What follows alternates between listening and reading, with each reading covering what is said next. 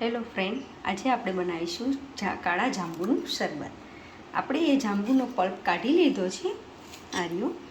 હવે આપણે એક જાંબુનો પલ્પ લેશું 2 ચમચી. આ જાંબુને મેં એ પલ્પ કાઢી અને રાખી દીધો છે. હવે એમાં આપણે નાખશું 1 ચમચી મીઠું, 1 ચમચી શુગર, થોડો બરફ નાખીશું,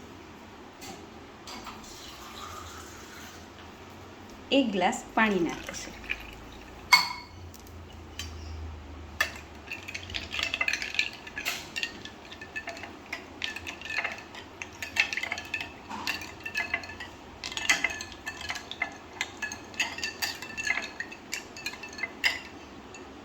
તો રેડી છે આપણું જાંબુનું શરબત.